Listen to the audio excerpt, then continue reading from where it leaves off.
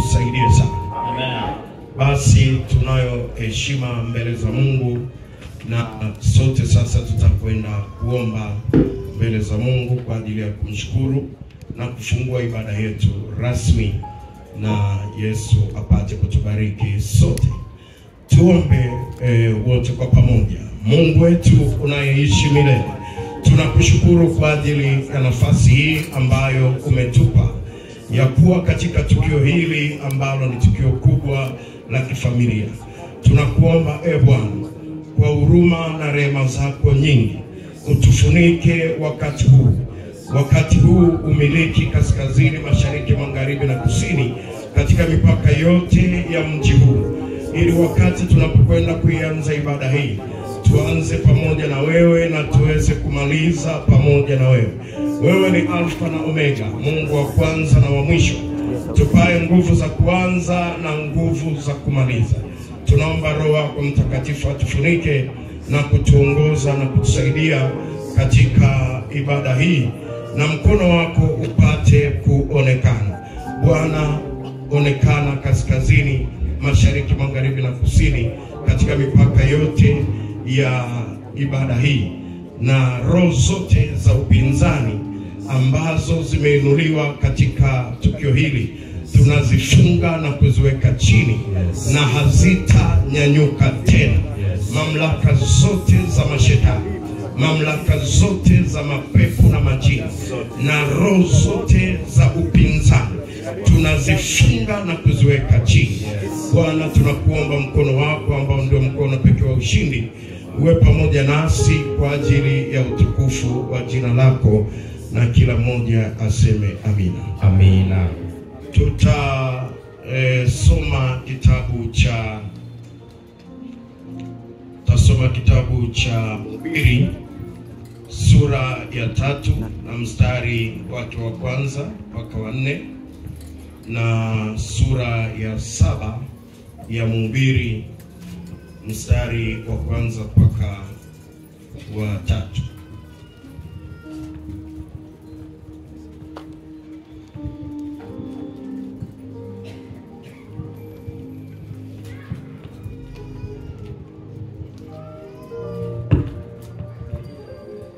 Yes. Tusome.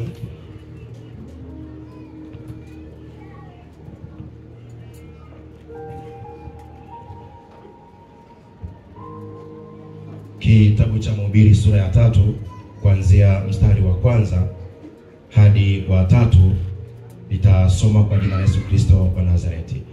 Mhubiri sura ya 3 kuanzia mstari wa kwanza.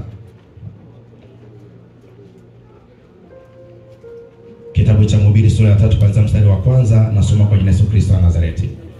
Kila jambo kwa wakati wake, kila jambo kwa wakati wake na majira yake, na kuna wakati wa kulia na wakati wa kufurahi, wakati wa kupanda na wakati wa kuvuna, wakati wa kuzaliwa na wakati wa kufa, wakati wa kung'oa yaliyopandwa, wakati wa kuua na wakati wa kupoza, wakati wa kubomoa na wakati wa kujenga, wakati wa kulia na wakati wa kucheka, wakati wa kuomboleza na wakati wa kucheza, wakati wa kutupa mawe na wakati wa kukusanya mawe, wakati wa kukumbatia na wakati wa kutokukumbatia.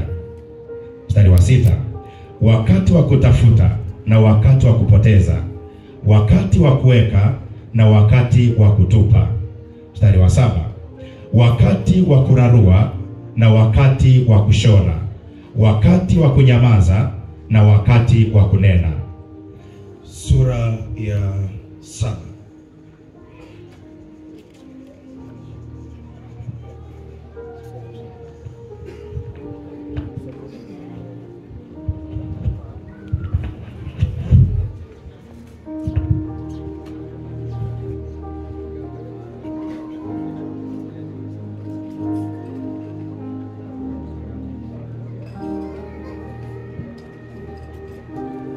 Tuendelee. Kitabu cha Mhubiri sura ya 7 kuanzia mstari wa kwanza. Nasoma kwa jina la Yesu Kristo wa Nazareti. Heri sifa njema kuliko Mariamu nzuri. Nasoma kwa jina la Yesu Kristo wa Nazareti. Heri sifa njema kuliko Mariamu nzuri, na siku ya kufa kuliko siku ya kuzaliwa. Heri kuiendea nyumba yenye matanga kuliko kuiendea nyumba ya karamu, kwa maana huo ndio mwisho wa mwanadamu wote. Aliye hai atautia moyoni mwake.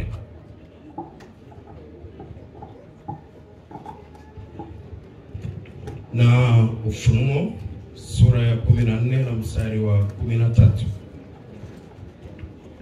Yes. Kitabu cha Ufunuo ile sura ya 14 na mstari wa 13, ninasoma kwa jina la Yesu Kristo wa Nazareti. Kisha nikaona na tazama wingu jeupe, na juu ya wingu hilo ameketi mmoja mfano wa mwanadamu, mwenye taji ya dhahabu juu ya kichwa chake, na katika mkono wake mundu mkali. Yes. 14 mstari wa 13. Ufunuo sura ya 14 na mstari wa 13, ninasoma kwa jina la Yesu Kristo wa Nazareti. Nikasikia sauti kutoka mbinguni ikisema, andika, heri wafu wafao katika Bwana tangu sasa, maana asema Roho, wapate kupumzika baada ya taabu zao, kwa kuwa matendo yao yafuatana nao. Bwana Yesu Kristo atusaidie sana. Amina. Wapendwa katika Kristo, kwanza ninaomba nitoe pole za kanisa la Fresh Spring Fellowship, Yes, ambalo almaarufu kama Ngome ya Yesu Kristo kule Dar es Salaam. Amen. Kwanza kwa familia ya marehemu, familia ya Matebe. Yes.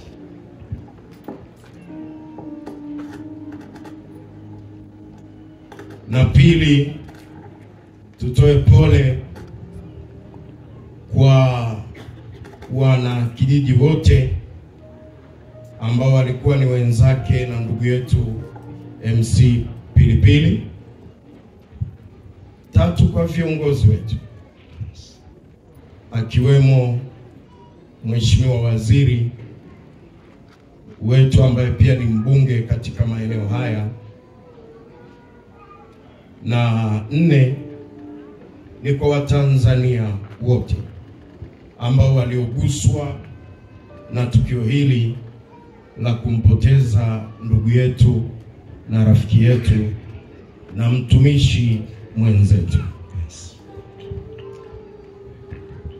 Kipekee tumeguswa sana na tumeumizwa na tukio hili,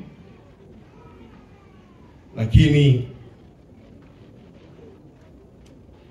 maandiko yanatufundisha kwamba tushukuru kwa kila jambo. Amen. Na hivyo tunaungana wote kwa pamoja kumshukuru Mwenyezi Mungu kwa ajili ya zawadi ya maisha ya MC Pilipili. Amen. Kufatana na vipaji ambavyo tuliona ako navyo na nidhamu ya aliyokuwa nayo, tunaamini kwamba ni malezi mazuri ya familia.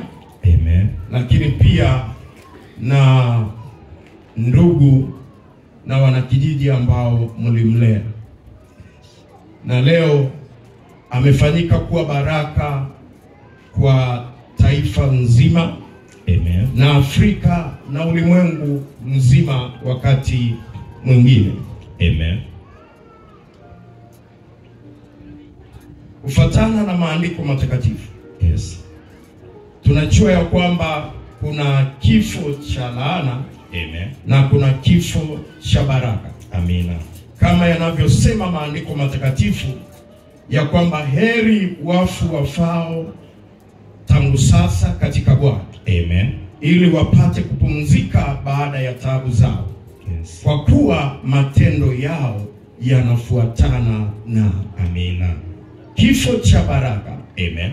ni kifo cha mtu aliyemwamini Mungu. Amina. Na kumtegemea. Amen. Na sisi sote tunafahamu ya kwamba MC Pilipili amezaliwa katika familia ya wacha Mungu. Amen. Na malezi aliyoyapata ni kutokana na uchaji wa Mungu wa kifamilia. Yes.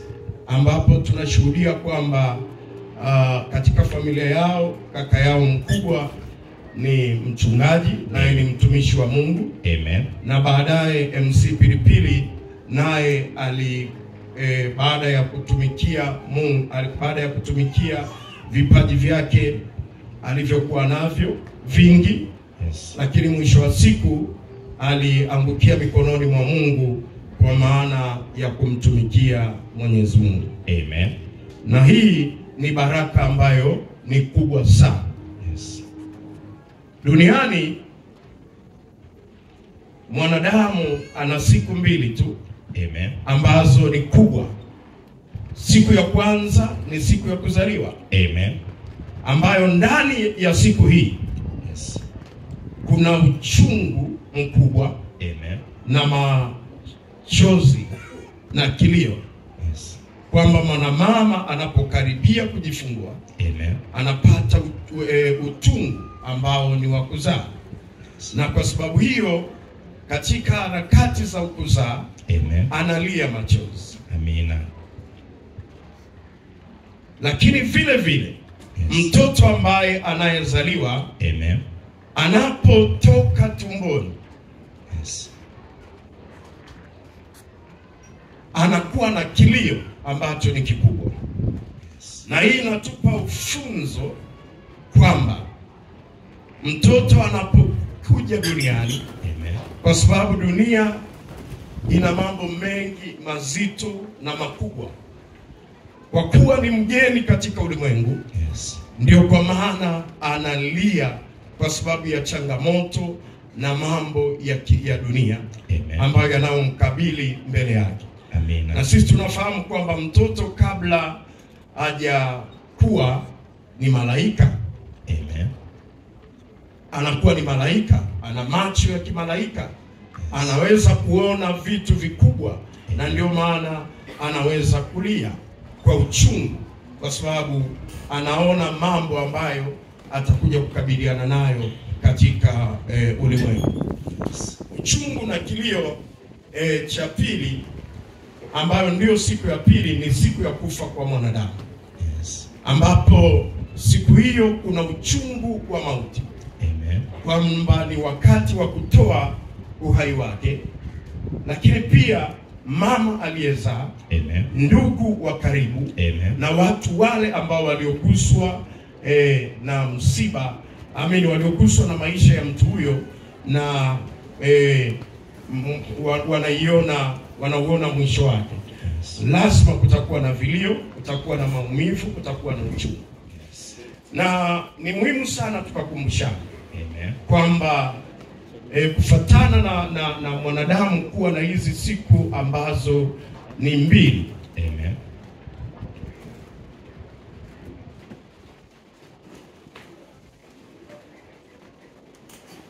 Ni vyema kwamba Yes.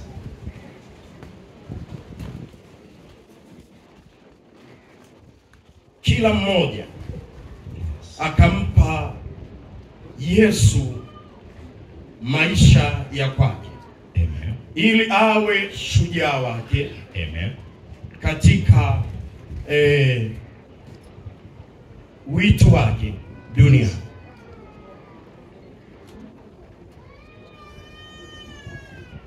Kama kuna kifo cha heri, Amen. ambacho maandiko yanatuweka wazi, pia kuna kifo ambacho ni cha laana. Amen.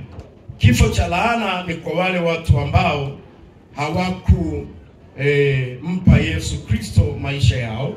Amen. Waliishi katika uovu, Yes. waliishi katika dhambi, Amen. na mwisho wa siku wakawa wamekufa. Watu hawa wanakuwa wamekufa kwa laana. Yes. Na kwa sababu hiyo wanakuwa wamepotea. Amen. Ndugu yetu MC Pilipili, Amen. Mwenyezi Mungu alimbariki akampa vipaji vingi. Amina. Kipaji ambacho ni cha UMC. Amen. Na sisi tuliona kwamba aliinua na kugusa maisha ya watu wengi. Amina. Na kipaji kingine ambacho alikuwa nacho ni kipaji cha uchekeshaji. Amina. Ambacho kwa kweli kufatana na mambo magumu ambayo wanadamu wanayoyapitia. Amen. Bila kujali ni watumishi wa Mungu, ni viongozi wakubwa wa serikali, Yes. katika kukabiliana na mambo makubwa na magumu ya kimaisha. Amen. Wanahitaji faraja kwa namna ya kufurahishwa. Kwa hiyo kipaji hicho alichokuwa nacho kimegusa watu wengi sana. Amen. Na kwa kupitia vipaji vyake hakuwa mchoyo, aliinua vijana ambao ni wengi. Amen. Na amegusa maisha ambao ni ya watu wengi sana. Amina. Na kama haitoshi, Yes. ndani yake pia kulikuwa na kipaji cha Mungu. Amen. Ambacho ni huduma aliyokuwa nayo ya kichungaji. Amen. Na kama tulivyosikia kwamba aliwahi pia kuanzisha kanisa. Yes. Na akawa anahudumia watu. Amen. Bwana Yesu Kristo asaidie sana. Amina sana. Akawa anahudumia watu. Amen.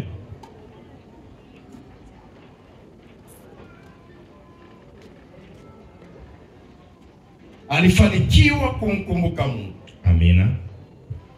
Mpaka dakika yake ya mwisho ambapo Mungu amekwenda kumpumzisha. Amen. Yesu atusaidie sana. Amina. Narudia tena, Bwana Yesu atusaidie sana. Amina. Na nitaomba nisome kitabu kimoja hapa cha Matendo ya Mitume sura ya 13 na mstari wa 36.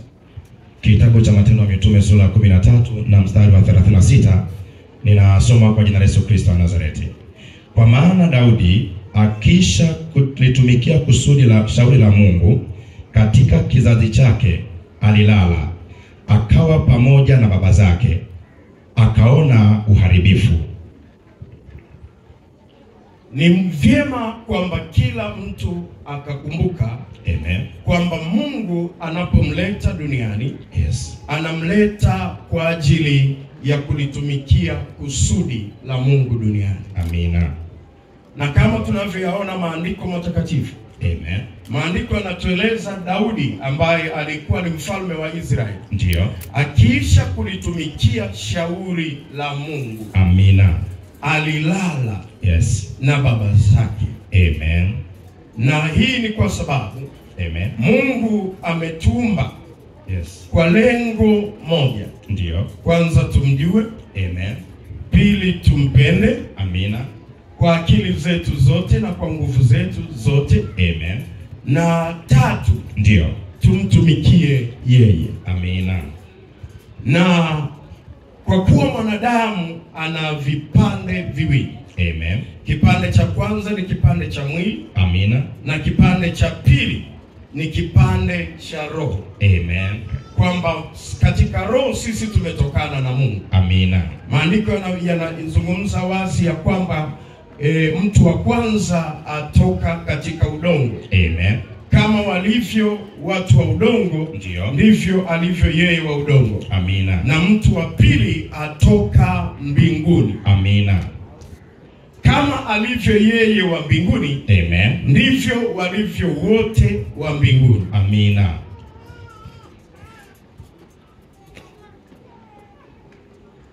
Kwamba tunapotoka mbinguni, Ndio. tunatumwa na Mungu duniani, Amen. ya kwamba tuje tumtumikie duniani. Amina. Na tukiisha kukamilisha kazi ya utumishi, Amen. tunapaswa kwenda kupumzika. Amina.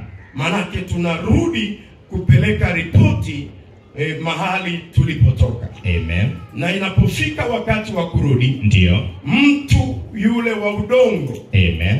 inamlazimu arudi kwenda kupumzika. Amina. Ambapo tunaita ni kifo. Amen. Leo kifo kinasumbua watu wengi sana. Kwa sababu watu wengi sana hawajui ya kwamba usingizi ni alama ya kifo.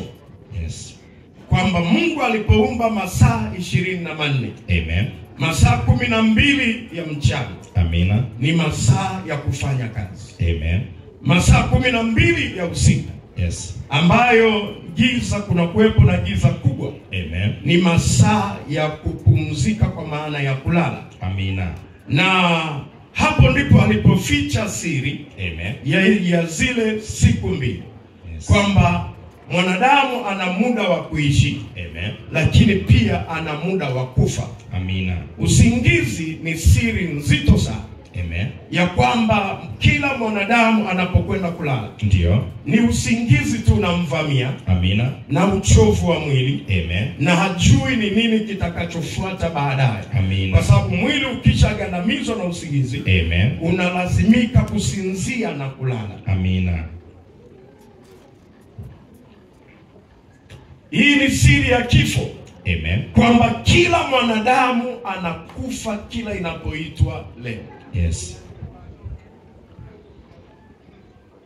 Katika masaa yale 12 ya usiku.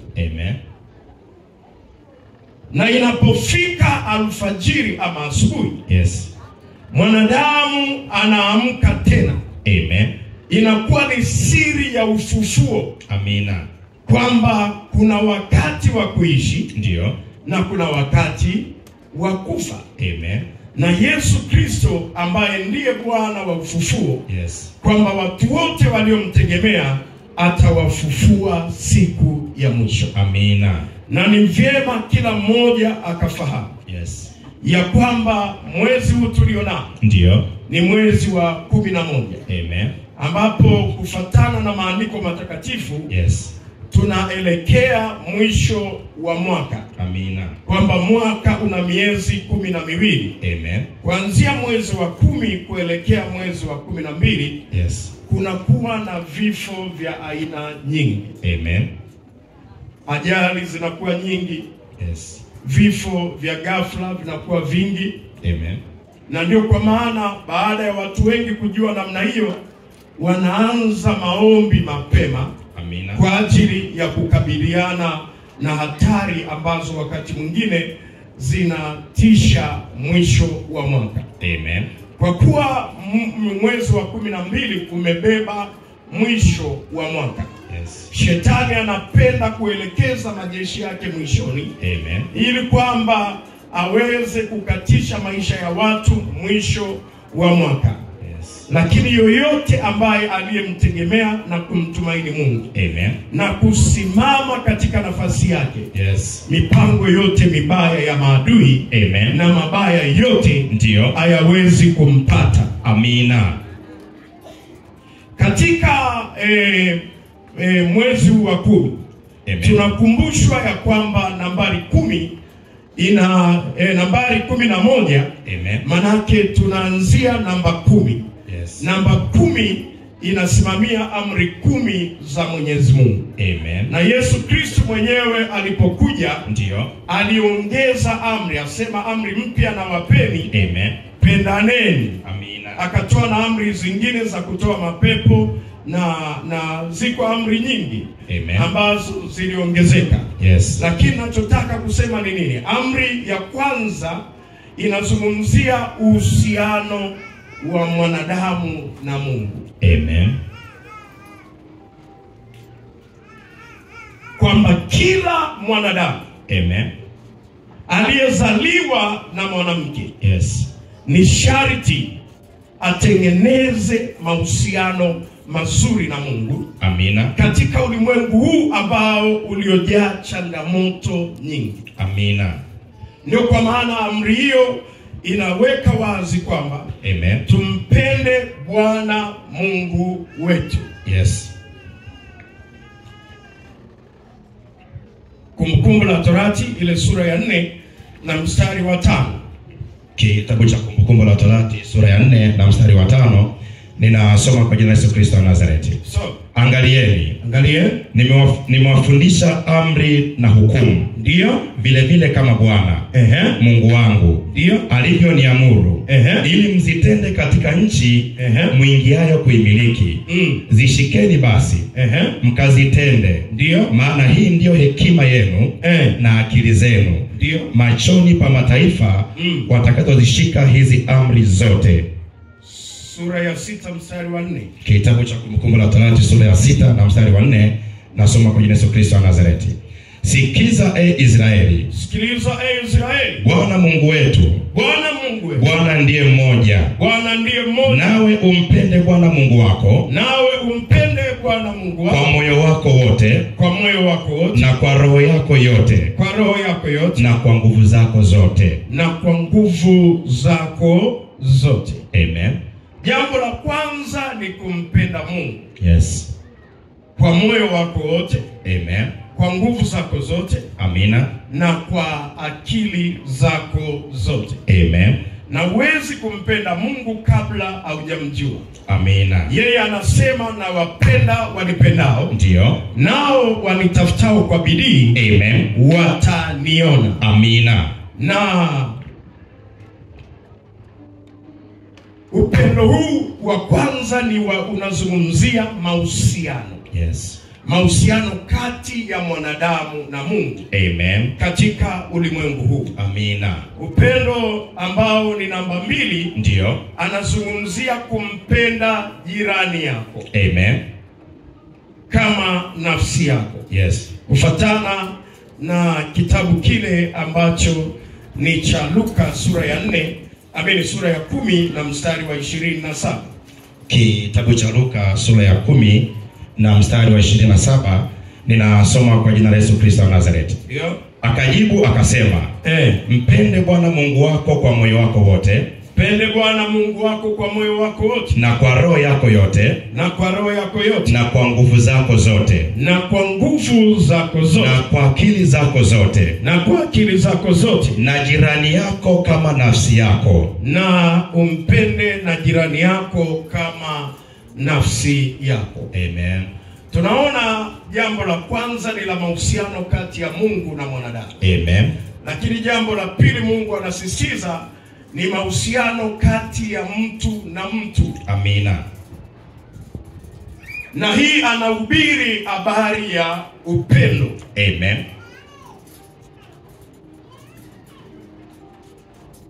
Kwa nini anaweka amri? Yes. Anajua ya kwamba wako watu, amen, duniani, amina, ambao si watu wazuri. Amina. Wamejaa chuki. Amen. Wamejaa wivu. Amina. Wamejaa hasira. Amen. Wamejaa hila. Yes.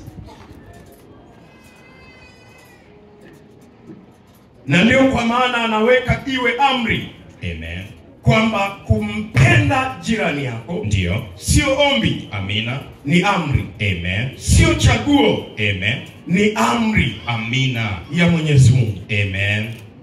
Kwa sababu ndani ya upendo ndio ndimo kuliko na mafanikio. Amina. Ndani ya upendo ndiko kuliko na baraka. Amen.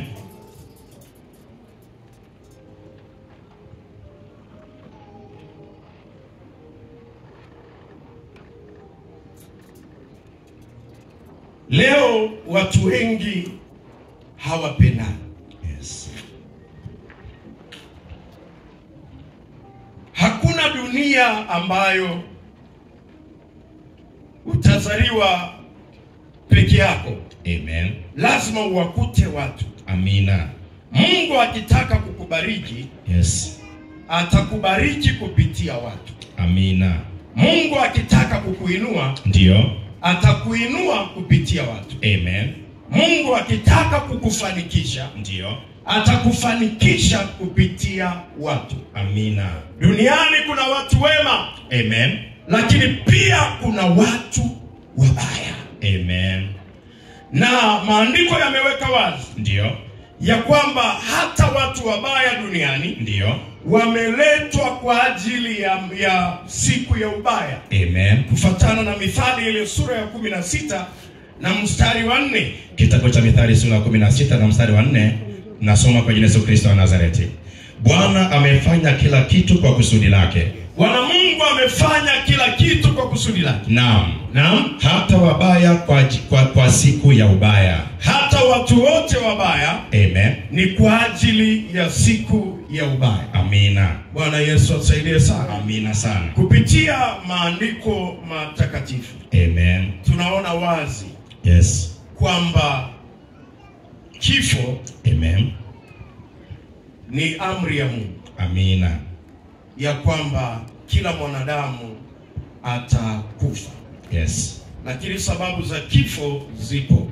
Amen, Kufatana na maandiko matakatifu, Amen, Abeli, yes, aliuawa na ndugu yake, Amen, ambaye ni wa familia moja. Amina. Na ndio kwa maana Yesu akasema adui za mtu, Yes, ni watu wa nyumbani mwake mwenyewe. Amen. Kupitia maandiko matakatifu, Yes, tunaona Yesu Kristo ndio. aliuawa na watu. Amen.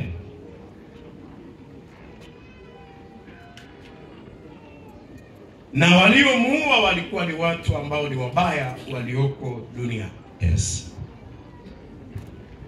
Na ndio kwa maana wakati akiomba yale maombi ya sura ya 17 ya Yohana na mstari wa 12, Amen. anasema wote ambao ulionipa sikumpoteza hata mmoja. Yes. Lakini yule mwana wa upotevu, ili andiko liweze kutimia. Amen. Kwamba dunia ina maumivu mengi. Yes. Na watu wanakufa kwa mambo mawili. Amen. Aidha kwa ajili ya watu wabaya. Amen. Ama kwa mambo mabaya ambayo tunayokutana nayo usiku na mchana. Yes. Ndio ambayo yanayotuumiza na kutufikisha mahali ambapo ni pa kutoa uhai wetu. Yes. Lakini mimi ningeomba kupitia msiba huu tujikumbushe ya kwamba, Amen, duniani tunapita. Amina. Na kila mmoja ameandikiwa na Mungu siku yake ya kuondoka. Amen. Na kwa sababu hiyo, Yes, tutengeneze mahusiano yetu mazuri na Mungu. Amina. Tuendelee kuhubiri upendo. Amina. Ndugu yetu MC Pilipili alikuwa ni mtu ambaye mwenye upendo usiokuwa wa kawaida. Amina. Sijawahi kumuona amekasirika. Yes.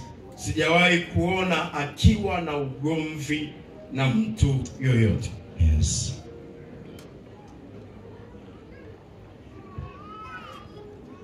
Zaidi ya hayo, tuliona akiwashika mkono, Amen, vijana wengi.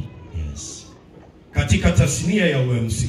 Amen. Tuliona akiwashika mkono vijana wengi. Amen. Katika tasnia ya uchekeshaji. Yes. Lakini kama haitoshi, niliguswa zaidi na maisha yake. Amen. Pale ambapo alikuwa akiwahudumia watu wenye mahitaji mbalimbali. Yes. Ukiangalia kwenye peji zake utakuta kuna wakati fulani alikuwa anaenda vijijini. Amen. Anawatafuta wale wagonjwa ambao wamekosa msaada.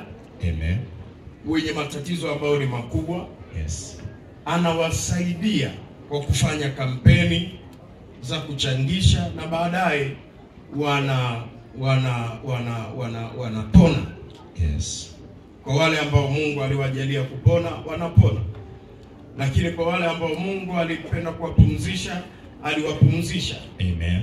Na kwa sura hii, yes, tunaweza kuyatafsiri maisha ya MC Pilipili kwamba yalikuwa ni maisha ya baraka sana kwetu. Amina. Na kila mtu ambaye aliyekanyaga hapa, ndio, najua wazi kwamba atakuwa ameguswa kufatana na upendo aliokuwa nao MC Pilipili. Yes. ametuachia alama ambayo ni kubwa. Amen. Upendo. Yes. Ametuachia alama ambayo ni kubwa. Ndio. Tushikane mkono. Amina. Tusaidiane. Amina. Tupendane. Amen. Lakini kama haitoshi, Yes. dakika zake zote za mwisho, Amen. alikuwa ni mtu ambaye ameshaanza kazi ya kumtumikia Mungu. Amina. Kwa hiyo kifo chake sio cha laana. Amen. Kifo chake ni cha baraka. Amina. Kama maandiko yanavyosema, ni heri kuiendea nyumba ya matanga kuliko nyumba ya karamu. Amen. Nataka niwahakikishie Yes. wote ambao mliokanyaga hapa kwa ajili ya kuja kufariji familia na kushiriki ibada hii, Amen. mna heri na mtakwenda kubarikiwa sana. Amina. Wakati kama huu ndio wakati wa kukimbiliana. Amen. Wakati kama huu ndio wakati wa kuonesha upendo wa kweli tulionao. Amen. Na mimi nimeona kwa wingi huu ambao mliokuja ni kwa namna ambavyo mnaonesha upendo. Yes. Kwa ndugu yetu. Amen. Mnamlipa kile ambacho aliwapa na ninyi. Amen. Kwa hiyo na mimi pamoja na ndugu zangu tumekuja kuungana pamoja na ninyi, Yes. ili kusherekea safari ya mwisho ya maisha ya ndugu yetu. Amen. Na kumwombea ili aweze kupumzika salama. Amina. Kazi yake ameifanya ni njema. Amen. Mwendo ameumaliza. Amina. Vita amevipigana. Amen. Na sasa amekwenda kupumzika kwa Bwana. Amina. Kilichobaki kwetu sisi ni kumwombea, Yes. ili safari yake aweze kupokelewa mikononi mwa Bwana salama. Amen. Na apate pumziko la milele. Amina. Raha ya milele umpe Bwana. Apumzike kwa amani. Basi tutaingia katika tukio la kubariki